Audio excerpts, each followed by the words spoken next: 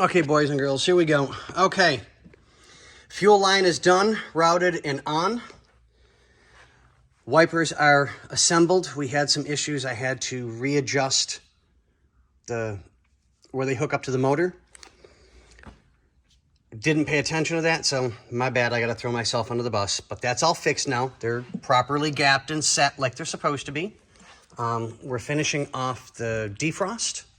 So I've got the dash top over here. Had put the vent in.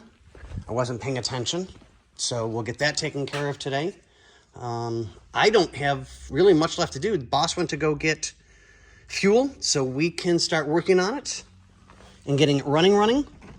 I just finished routing the power line for the fan assembly for here.